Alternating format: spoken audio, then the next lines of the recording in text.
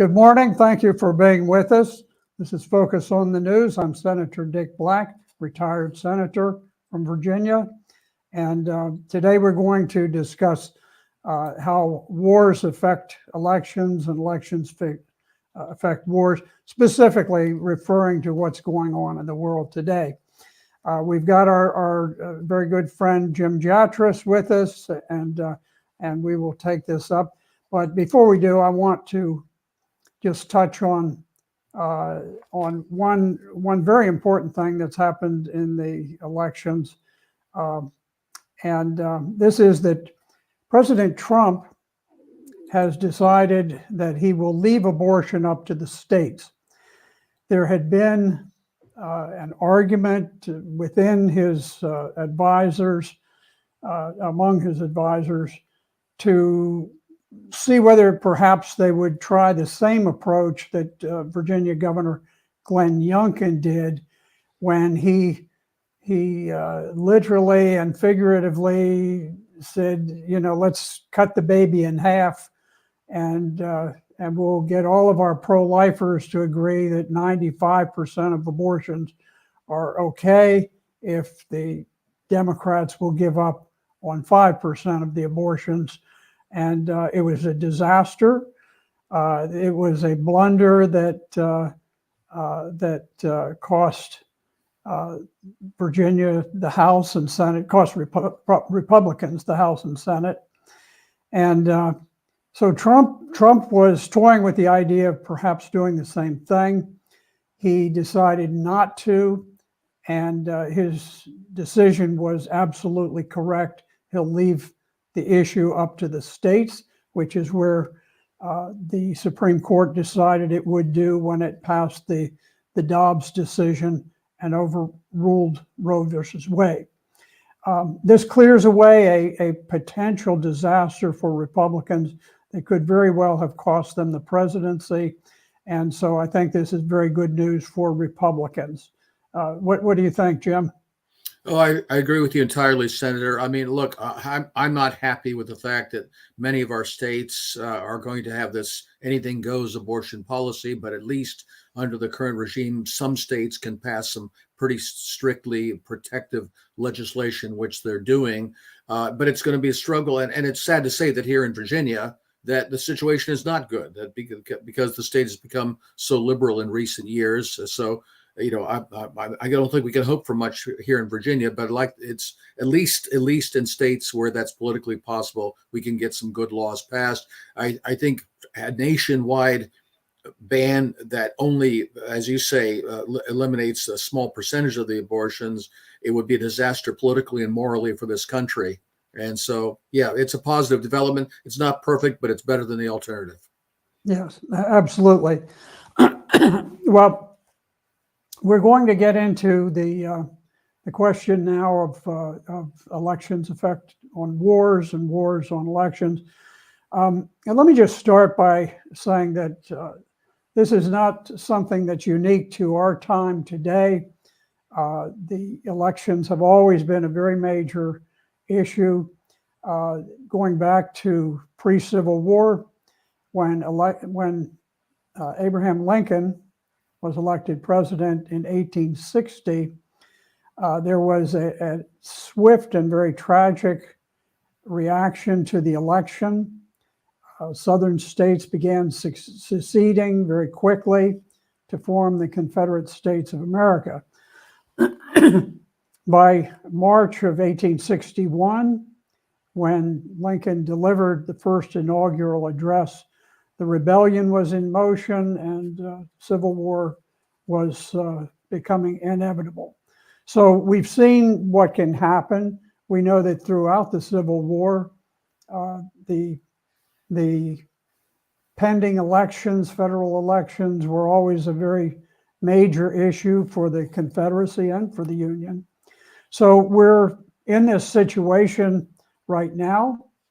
And let me ask you first, Jim. We recently saw that there were presidential elections in Russia, and what did those tell us?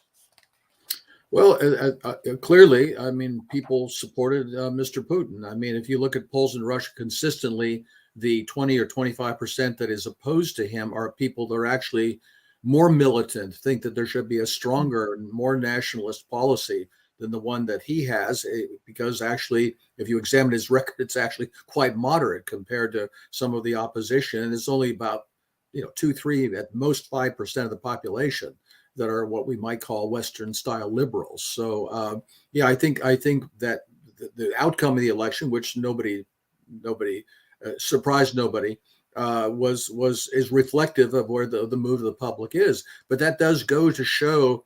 Go to show that in most countries, being a wartime president does tend to rally the population. We saw this with President Assad in Syria, as you well know, and this is why some people even speculated that Joe Biden, or whatever's passing for Joe Biden these days, might want to get us into a war somewhere, with the idea that becoming a wartime president would be good for his popularity.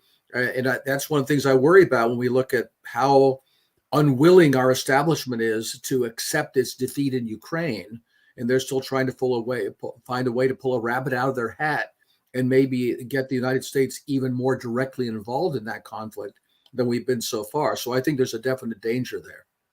Yeah, the the Russian elections were interesting because I think there was some validity to the statement that the election was preordained to some extent, that there wasn't much opposition. But at the same time, I think the turnout really revealed something to us, didn't it? Yeah, I think it did. It was, as I recall, the turnout was in the 70s, which is considerably higher than the kind of turnout we get in our elections. And of course, people who approved of the current course of Russian policy, or think it even should be a little bit stronger, especially after this massacre that took place near Moscow recently, there would not be a whole lot of motivation for people to come out and give their endorsement to the current policy, knowing that Mr. Putin was likely to win anyway, yet they did do so.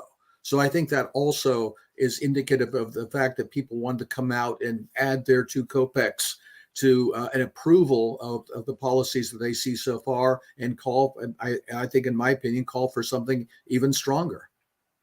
Yeah, I think the tremendous turnout was a reflection of the desire of people to make a statement to the world, not just to Russia, but to the world, that we stand behind our president, we stand behind the war goals. We saw the same thing occur in Syria, where there was just a phenomenal turnout. And true, the opposition didn't amount to a great deal, but if people were not enthusiastic about President Assad in Syria, they could have simply stayed home, but they didn't. They were so anxious to make a statement that they poured to the polls. This has happened in Russia also. Well, how does that contrast with Ukraine?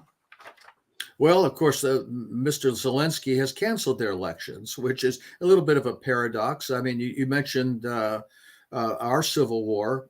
Abraham Lincoln, whatever else you may think of him, did not cancel the elections in 1864. I mean, we can argue about how free and fair those elections were. Obviously, the southern states did not participate in them. I'm sure they would have voted against Lincoln. There was, I think this is the first time, as far as I know, there was absentee voting in the armed forces. So, and maybe that was, as I understand, that vote went very strongly for Lincoln, and you can argue whether that was really a free and fair vote. Nonetheless, they did not cancel those elections.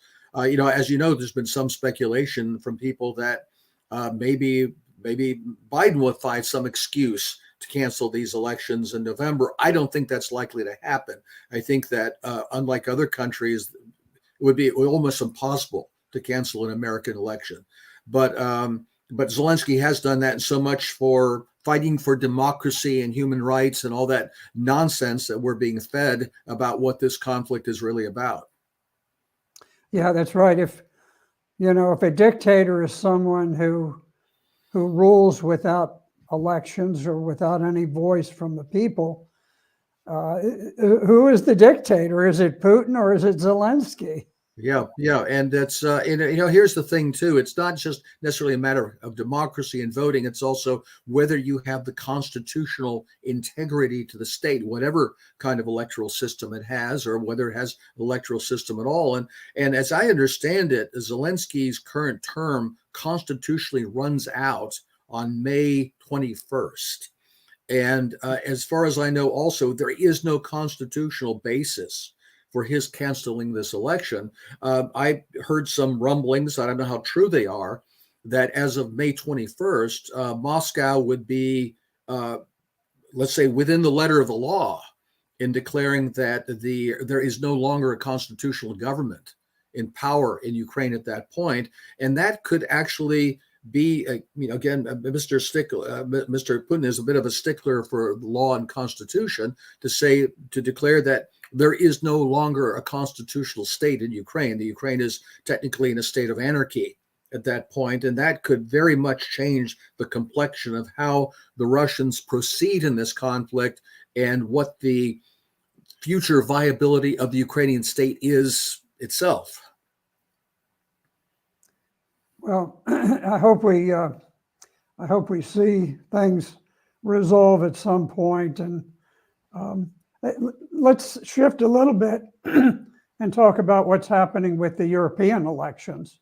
What do you see happening there? Well, I'm trying to think of the date. I know they're having elections for the European Union, the European Parliament, right about now, very currently. So I don't know how that's likely to turn out. I believe that's in June. Yeah, June. Yeah, the very near future. And as you know, I was in Berlin recently speaking at the Bundestag on the 25th anniversary of the bombing of Serbia by NATO, and the Alternative for Deutschland party was the host of that event. And as far as I'm concerned, they're a very good, very solid populist party. I mean, the media likes to call them extreme right, the same way that they talk about, the mega deplorables as, fascists or something here in this country.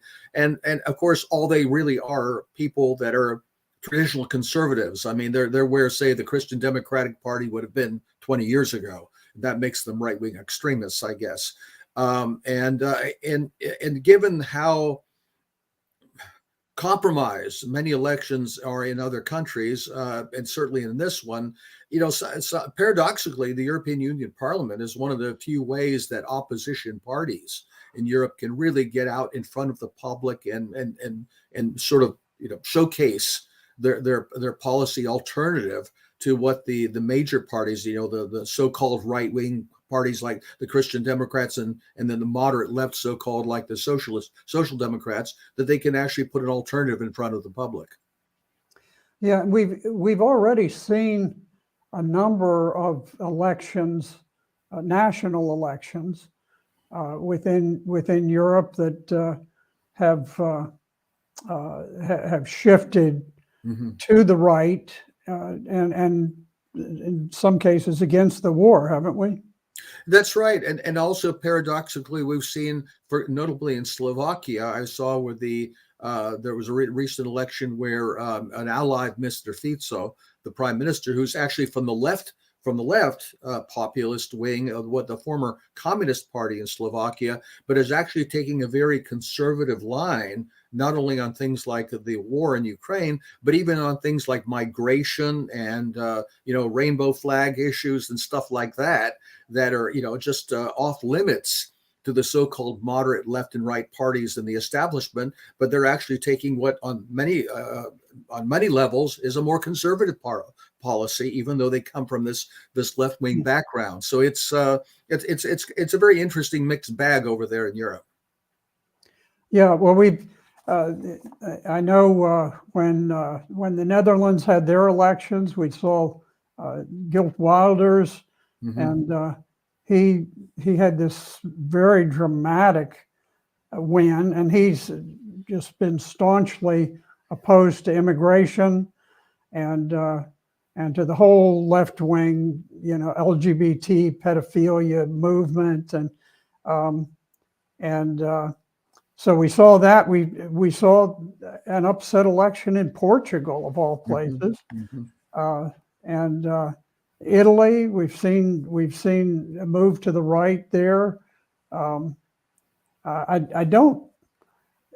Have there been any wins for the left over the last couple of years that you can recall? I mean, nothing comes to mind. There was a little shift in Poland, I think. But that's kind of murky, isn't it? It is kind of murky, especially since, as I recall, the you might say the pro-EU party under Mr. Tusk actually came in second behind the Law and Justice Party, which is more of a conservative party, but also was again following these disastrous policies on Ukraine.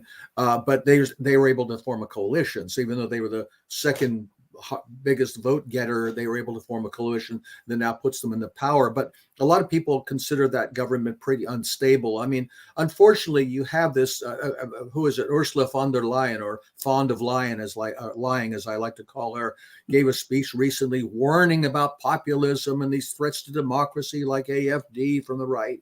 I forget who she mentioned on the left.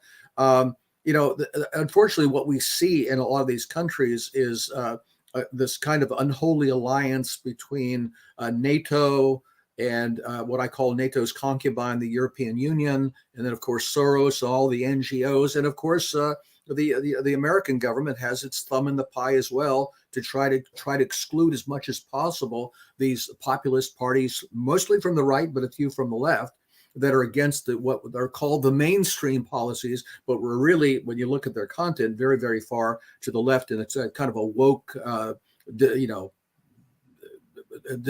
socially destructive sense. So again, the situation is a little more fluid in some of these European countries because they have a parliamentary system. Here, of course, where there's only two games in town, that's the Republicans and the Democrats. And they're in their own little unholy alliance that a lot of people call the Unity Party. The prospect that an upstart or an outsider party can get into power is virtually zero, and that's why you have to rely on something like, can somebody like Donald Trump, and frankly at this point nobody else except Donald Trump, try to turn the Republican Party into kind of a populist national party and actually succeed in taking power and doing something constructive with it. Yeah, well, let's shift just a little bit, and we've had a chance to look at how things are shaping up in Europe. How is the U.S. election affecting the war in Gaza? Do you see some impact there? I do in a way, but I'm not sure how it shakes out. I mean, as the influence of money on both the Republican and Democratic parties tends to push them both into a pro-Israel direction. As you know, AIPAC is the 800-pound gorilla and so forth. You also have in the Republican Party all the Christian Zionists, dispensationalists, voters who are 115% pro-Israel. The Democrats have a problem, though, because they have their sort of left-wing squad, Afro-Asian, Islamic, BLM, Antifa wing of their party that's very strongly pro-Palestinian.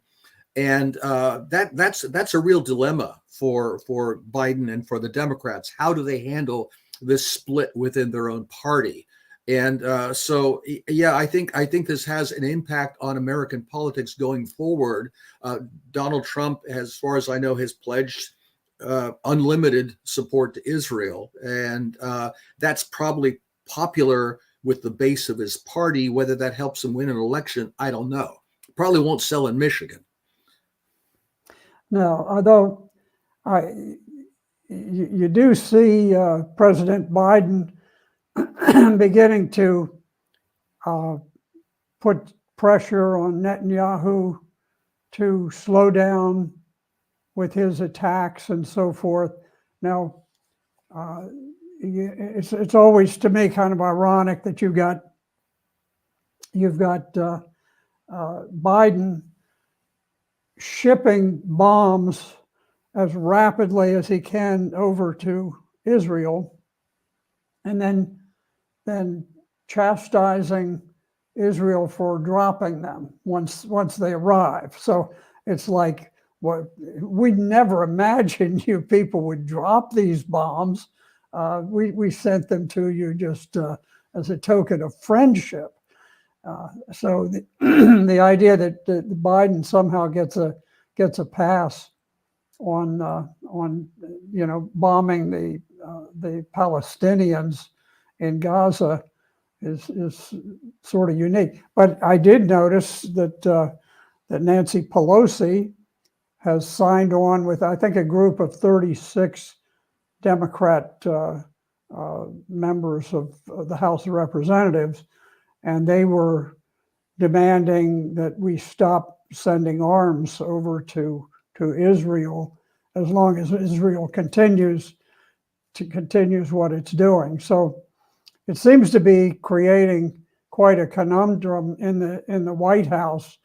This idea that what do you do? You've got over 50% of donations to the Democrat election campaigns coming from very wealthy Jewish donors, and at the same time, you've got this very critical voting bloc. You've got the Muslim American voters, particularly in Michigan, and it's really created this conundrum for them, this unsolvable dilemma of how you satisfy those two opposing teams that really are at war with one another. And I can't think of a nicer guy to have to deal with the problem than Joe Biden. or whoever's pulling Joe Biden's strings when his mouth moves. I don't know. It's it is a problem, and this is where the Democrats face some vulnerability, because if things go badly for Israel, and I think they are actually going badly, they pulled back now. I don't think it's because of pressure or threats from the United States, but because the war in Gaza is not going well for them. Aside from the black eye they're taking in terms of the visuals of how horrendous this situation is in Gaza, and that's why I think that not only are like I like to say, one of Biden's problems is that Bibi Netanyahu has more influence in Washington than Biden does. Is that given how much the Republicans are in totally lockstep with the Israelis, and how much still much of the Democratic Party is, as you point out, because of the money. So what is he going to do exactly? He can try to jawbone Bibi into some moderation, but I don't think he can actually threaten to cut the weapons off or the money off. That's just simply not a possibility in Washington. And then you also have the problem that Netanyahu, especially if the war in Gaza is not going well, is he going to try to provoke a broadening of the war by taking on Hezbollah, the attack on Syria that killed some top Iranian officials a few days ago, that a lot of people are tensed for some kind of response from the Iranians. For some people who are supportive of Israel, the Holy Grail is getting the United States into a direct conflict with Iran. Does Biden want to do that before the election? Does he want to do that because it would make him a wartime leader, or does he perceive that this could be a potential disaster for him electorally? Unfortunately, I don't know that there's much beyond electoral concerns that's going to be driving the administration's policy on this. Yeah, it is interesting. The Israeli attack on the Iranian embassy in Damascus, I think was designed to be the most outrageous thing Israel could do, and I think the purpose was to bait the Iranians into a trap. Netanyahu was hoping, and if he were a praying man, he'd be praying that Iran would reflexively strike back and provide a pretext for Biden to attack Iran, and he needs that attack to survive politically, because you've now got hundreds of thousands of people, Israelis, taking to the streets, demanding an end to the Gaza exercise, and also an end to Netanyahu's time in office. But fortunately, Iran is not run by impulsive people. Contrary to sort of the image, there is actually a considerable, and this is certainly up for dispute, but to me there is a considerable degree of conservatism at the very highest levels in Iran, and they're not inclined to let the West just drive them into a trap. So as a consequence, you've got the White House left in their political trap with the Jewish contributors and the Muslim voters. So let me just shift, and maybe we can conclude with this issue. And do you think that the upcoming presidential election in the United States, this November's election, is affecting how we deal with the war in Ukraine? Yeah, I think it is. I think to start with, even if there were any inclination on the part of anybody in the administration to try to find a way out of this, there would be an obstacle in the fact that they can't afford to be humiliated in Ukraine before the election, and that humiliation very well may come depending on how the war proceeds during the course of the summer. The Ukrainian army collapses, as many people predict it will, although it hasn't happened yet. That'd be, if you have something like, say, an Afghanistan type humiliation occur in Ukraine, I think that would be very, very bad for the Democrats. But I have to tell you, Senator, I mean, I don't know about you, but I just don't have a whole lot of faith in the integrity of our elections anymore, that none of the problems of 2020 and 2022 have been fixed. And no matter how disastrous things look for Biden and Democrats, I'm still not sure that translates into victory for Trump and the Republicans. I just don't know that we can trust the integrity of our elections. We have all these people pouring across the border. I don't know how many of them are going to be weaponized at the polls before November. Again, we could speculate about all these factors, but I think, it does have an impact. How it plays out exactly, I don't know, except that they can't afford to lose this war before November. Whether they can string it along at the cost of God knows how many dead Ukrainians, not to mention Russians, until then, I really don't know. Yeah, I think the singular goal of the Biden administration at this point is to have Ukraine hang on and survive until November. So if that costs another 250,000 Ukrainian dead, another 300,000, that's fine. If it can just get them past election day, the slaughter will be worth it, and we can move on from there. Now, I certainly agree with you about the integrity of the elections.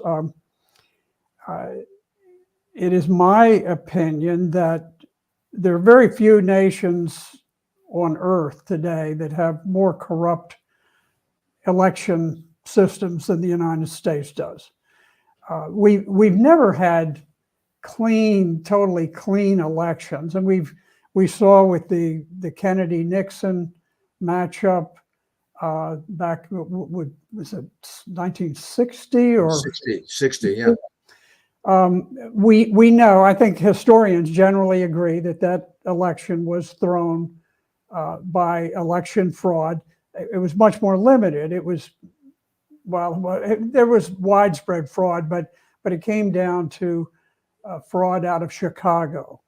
And Mayor Daley received a call from the Kennedy people saying, we're short this number of votes. Well, first they said we're short votes. And he said, how many votes? They gave him a number. He said, all right, we'll make it happen. And he went out and he registered the people who were legitimate voters, but they were dead. But he got lots of them. He got plenty of them. He pulled the election. We saw the same thing with Lyndon Johnson when he first ran for Mhm. United States Senate with Magic Box 13, where there was he had lost the election. I believe it was the primary that he lost, and no, it was the general election, and it was close. It may have been like 200 votes or something. It was a very close election, and anyway, a couple of weeks go by, and all of a sudden, this box that they called Magic Box 13 shows up from a very heavily Hispanic area that Lyndon Johnson controlled. And back then, ballots were made out by hand, with the voter right Mhm. name and ink and so forth. And every single ballot was filled out using the same ink pen, same color of ink, Mhm. same handwriting, and the Republicans took it before a federal judge, and the federal judge, it didn't take very long. He looked at it, so obviously this is fraudulent, and he threw it out. And then Abe Fortas was up on the Supreme Court. He was a fellow who was not known for his integrity. Mhm. And Abe Fortas put the kibosh on it, and basically the Supreme Court, somehow through the mechanisms, they came down and said, well, the conduct of elections is a state matter. Now, they managed to ignore the fact that this was a federal election and that it was clearly and unequivocally corrupt. And because of that election fraud in Texas, he became U.S. Senator, and then later he became Mhm. vice president, and then he became president, and then he began this massive slaughter of Americans in Vietnam. So we've got a bad history, but it was nothing like now, where I went to Leesburg to Mhm. cast our votes in the last election, and outside there's this big fancy drop box, and I talked with the people inside. I said they had they know exactly who I am when I walk in. Everybody knows me, the Democrats, the Republicans, but still they asked me, okay, let me see your voter ID, tell us your address to show that I actually know where I'm coming Mhm. from. And I thought, well, this is good. I said, I'm glad to see that you're doing that. And then I went out to the drop box and I came back in. I said, look, you've identified my voting documents, my driver's license and so forth. What do you do with the drop box? And they said, well, we require people to certify that they're who they are. Oh, okay. Well, that's a relief. Phew. Well, I was worried there.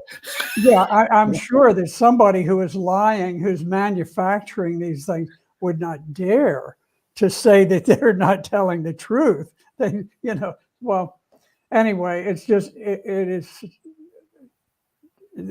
If you have voter drop boxes, you cannot have valid elections. I don't care. You can go into all the ifs, whats, and maybes. You cannot have a truly valid election if you have voter drop boxes. No, no. Now, and I think the only question is whether real live people will be able to outvote the drop boxes or not. Yeah, yeah. Well, I'm actually appalled, Senator, at your despicable, deplorable thermophobia in thinking that you should be disqualified from voting on the basis of your body temperature. I mean, I think Mayor Daley was ahead of his time, and in his equality of voting access and suffrage, not based on whether you're breathing or not. It's so I think you should be ashamed of that position, Senator.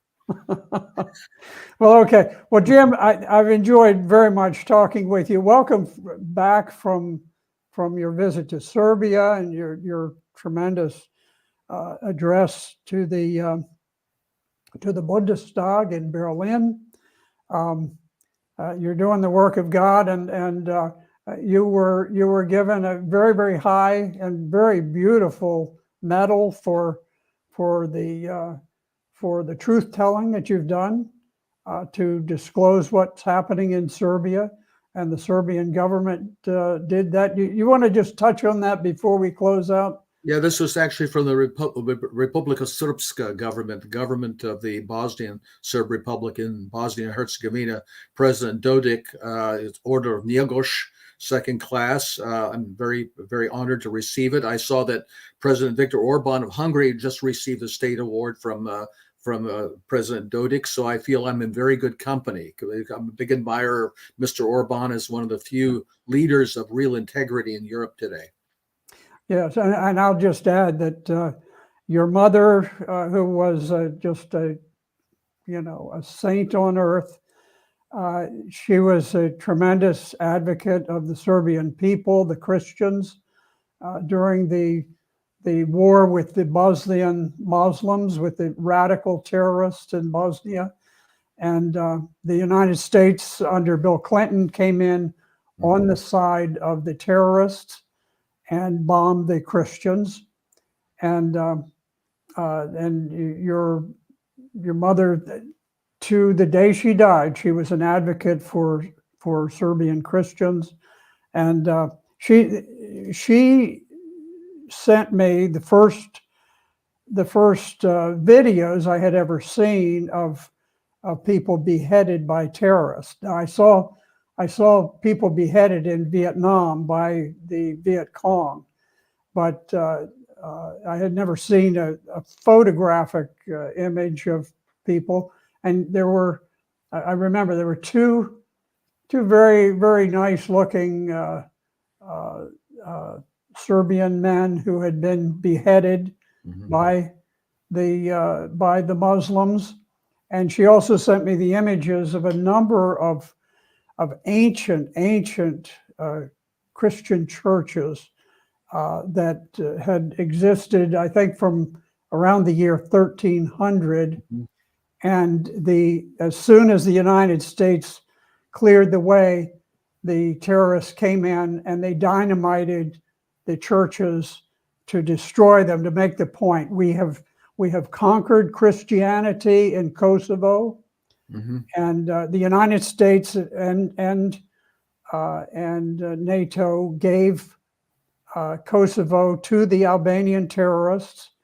They helped to drive out the remaining Christian minority, and then they paved the way for the beheading of the Christians, the rape of the Christian women, and the destruction of the Christian churches, all for the glory of the one world order and the rainbow flag. So it's and the rainbow flag. Hail to the rainbow flag and the one world order. Oh boy. Well, Jim, thank you for all that you're doing. Thank you, You're Senator. definitely doing God's work, and congratulations on your award from the Serbian people. With that, we'll close up. This has been Dick Black. Focus on the News. We will see you next Monday.